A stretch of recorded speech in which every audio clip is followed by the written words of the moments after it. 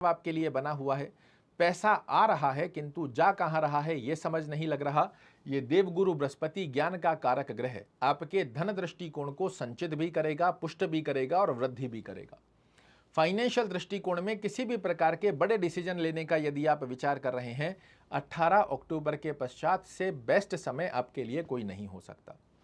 दूसरी अवस्था के अंदर ये आपको कुटुंब परिवार के स्थिति में, क्योंकि ये यशमान प्रतिष्ठा के कारक ग्रह हैं, 18 अक्टूबर के बाद देखिएगा आपके द्वारा ही कुछ ऐसी गतिविधियों का निर्माण कर देंगे जो कुटुंब परिवार में आपको यश मान और प्रतिष्ठा दिलाते हुए पाए जाएं। आपके कुटुंब परिवार में जो लोग आपके चुगलियां कर रहे थे, पीठ पीछे आपकी बुराई कर रहे थे, 18 अक्टूबर के बाद से ये देवगुरु बृहस्पति ज्ञान के कारक ग्रह आपके द्वारा कुछ ऐसी एक्टिविटीज को उत्पन्न करेंगे जो समाज परिवार को मजबूर कर दे आपकी प्रशंसा करने हेतु। ये आपका वाणी स्थान भी होता है और वाणी स्थान के ऊपर ज्ञान कारक ग्रह का आकर विराजित होना, आप देखिएगा अचानक से आपके व्यक्तित्व की स्थितियों में बड़े परिवर्तन आएंगे।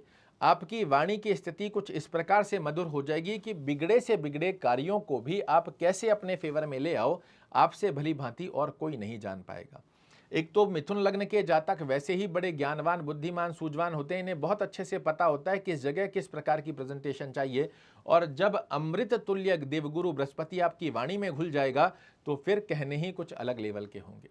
देवगुरु बृहस्पति के पास में 3 दृष्टियां होती है। जहां ये बैठते हैं वहां से 5वें घर को देखते हैं, 7वें घर को देखते हैं और 9वें घर को देखते हैं। आइए जानते हैं इनकी अमृत तुल्य दृष्टियां आपके लिए इस दीपावली पर क्या बड़ा उपहार लेकर आ रही है। 1, 2, 3, 4, 5 ये इनकी पंचम दृष्टि हुई आपके षष्ठम भाव पर। षष्ठम भाव पर देवगुरु बृहस्पति की दृष्टि आपके लिए क्या बड़े परिवर्तन लेकर आ रही है। तो पहली स्थिति में जॉब में यदि किसी प्रकार का स्ट्रेस बना हुआ है, आपके बॉस कलीग का सहयोग आपको नहीं प्राप्त हो रहा है, मेहनत आप कर रहे हैं, एप्रिशिएशंस किसी और के साझे जा रहे हैं, प्रमोशन के वादे आपसे किए जा रहे हैं, मिल किसी और को रहा है, इस प्रकार का कर्म क्षेत्र संबंधित स्थिति में किसी भी प्रकार का यदि आपके जीवन में ऑब्स्टेकल स्वरूप में योग देखने को मिल रहा है, इसे देवगुरु बृहस्पति की अमृत दृष्टि समाप्त करती हुई पाई जाएगी। आप देखेंगे एप्रिशिएशंस बनकर आ रहा है, बॉस कलीग अचानक से आपके सपोर्ट में आकर खड़े हो गए हैं, प्रमोशन ड्यू था ये आपके फेवर में आकर खड़ा हो गया है, नई जॉब आप सर्च कर रहे थे उसका बड़ा अच्छा योग बनकर आ गया है। साथ में ही स्वास्थ्य रूपी योग में यदि कोई समस्या देखने को मिल रही थी उसे समाप्त कर देंगे। कोई कर्ज लोन की स्थिति बनी हुई है, नहीं समझ लग रहा था कि कैसे इससे बाहर निकलें, देवगुरु बृहस्पति की स्थिति इस समस्या से बाहर निकालने की स्थिति का योग एक सुंदर स्वरूप में आपके लिए निर्मित कर देने जा रहे हैं। इसी के साथ के अंदर कोई कोर्ट कचहरी, मुकदमा, लिटिगेशन, ऑब्स्टेकल की स्थिति का सामना आपको करना पड़ रहा है, इसमें भी देवगुरु बृहस्पति की अमृत दृष्टि आपको इन समस्याओं से भी बाहर निकालने की बाध्यता लेते हुए पाए जाएंगे। सप्तम दृष्टि से आपके अष्टम भाव को देखेंगे और ये अष्टम भाव क्या है, तो ये मानसिक तनाव का स्थान है। ये टेंशन, डिप्रेशन, कार्यों में रुकावटें, ऑब्स्टेकल की स्थितियों को जनरेट करना, हायर एजुकेशन और गुप्त धन को प्राप्त करने का स्थान है। ये आयु स्थान भी होता है। इस स्थान पर जब देवगुरु बृहस्पति की शुभत्व उच्चस्थ दृष्टि की अवस्था का योग जाएगा, सबसे पहला बड़ा रिलीफ इस दीपावली से पहले आपको देने जा रहे हैं कि आपके जीवन में जो मानसिक तनाव, टेंशन, डिप्रेशन, कार्यों में रुकावटें चल रही है, ये समाप्त होंगी। बनते बनते कार्यों में जो आपको लग रहे थे कि अब ये कार्य होने ही वाला है, फिर उसमें कुछ ना कुछ ऑब्स्टेकल आकर खड़ा हो जाता था, उसे आपके फेवर में लाएंगे। हायर एजुकेशन के अंदर आपको श्रेष्ठ सफलता का योग बनाते हैं। ऑकल्ट साइंस की तरफ यदि आपका रुझान है तो इसमें आपको श्रेष्ठ सफलता का योग बना कर देंगे। बेहद सुंदर स्वरूप में आपके व्यक्तित्व को प्रसन्न मुद्रा में परिवर्तित करेंगे और जो स्ट्रेस है इसकी पोटली बनाकर जैसे दीपावली की सफाई में हम बाहर फेंकते हैं, कुछ इसी प्रकार का कार्य देवगुरु बृहस्पति आपके लिए नकारात्मक दृष्टिकोण को बाहर फेंकने की स्थिति बना रहे हैं। कर्म दृष्टि पर जब ये दृष्टि देंगे तो उच्चस्थ गुरु का अपने घर को देखना, इससे सुंदर योग आपके लिए बनकर नहीं आ सकता। अगर वर्तमान में जॉब नहीं है, सीवी तैयार कर लीजिए, नई जॉब की स्थिति का योग बनकर आएगा, प्रमोशन की स्थिति का योग बनकर आता है। बेहद सुंदर स्वरूप में आपको एक स्टेप ऊपर चढ़ाकर ही जाएंगे देवगुरु बृहस्पति। व्यापार कर रहे हैं, व्यापार में आपके लिए बेहद सुंदर योग बना कर देंगे। आपके लिए कोई नई टेंडर मिल गया, कोई नया ऑर्डर मिल गया, आपके व्यापार में वृद्धि कारक स्थिति का योग बन गया, जहां पर आपका पैसा फंसा हुआ है वो आपके पास में आ गया। इस प्रकार के व्यापारिक दृष्टिकोण की स्थितियों में भी बेहद सुंदर स्वरूप का लाभान्वित योग आपके लिए निर्मित करने जा रहे हैं। ये आपके सप्तम भाव के स्वामी भी होते हैं और सप्तम भाव की स्थिति के अंदर पार्टनरशिप में आपको श्रेष्ठ कारक लाभ देंगे। दैनिक रोजगार में वृद्धि कारक स्थिति का योग बनाकर देंगे। आप देखिएगा अपने पार्टनर के साथ में, आपके स्पाउस के साथ में आपके रिलेशन काफ़ी मधुर हो रहे हैं, आप उनके साथ अच्छा खासा टाइम स्पेंड कर रहे हैं। पिछले समय में किसी प्रकार का गिला शिकवा था वो भी दूर करते हुए बड़े सुंदर योग बनाते हुए पाए जाएंगे। अब प्रश्न बनता है कि क्या सभी मिथुन राशि वाले जातकों के लिए देवगुरु बृहस्पति का समान फल रहेगा? तो शास्त्र कहता है ऐसा संभव नहीं है।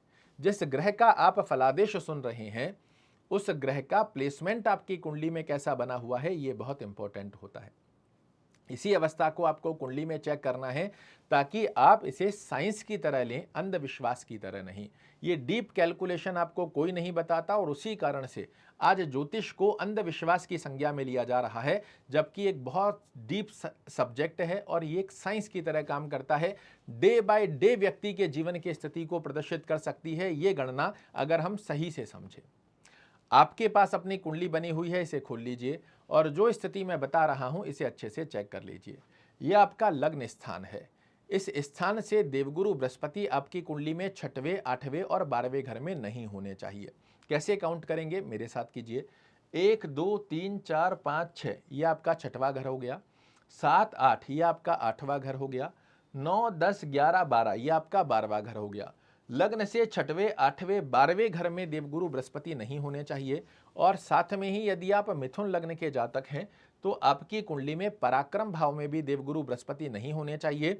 अन्यथा 1 2 3 4 इन 4 स्थानों पर देवगुरु बृहस्पति को केंद्राधिपति दोष लग जाता है और इस स्थान पर बैठकर देवगुरु बृहस्पति कभी आपको शुभ फल नहीं दे पाते। इन स्थानों पर इनको स्थान दोष जब लग जाएगा तो ये अपनी शुभत्वता को खो देते हैं। ठीक इसी प्रकार से एक एग्जाम्पल से आप समझ लीजिए कि आपके लिए आपके जीवन में कोई बड़े पूजनीय व्यक्ति हैं जिनका आप बड़ा आदर सम्मान करते हैं, उनको देखते ही आपका पैर छूने का मन करता है, किंतु वही व्यक्ति यदि किसी गलत स्थान पर आपको खड़े हुए मिल जाए, उदाहरण स्वरूप वो शराब की दुकान पर खड़े हुए मिल जाएं, तो क्या आपका मन करेगा कि मैं भागकर जाकर उनके पैर छू लूं?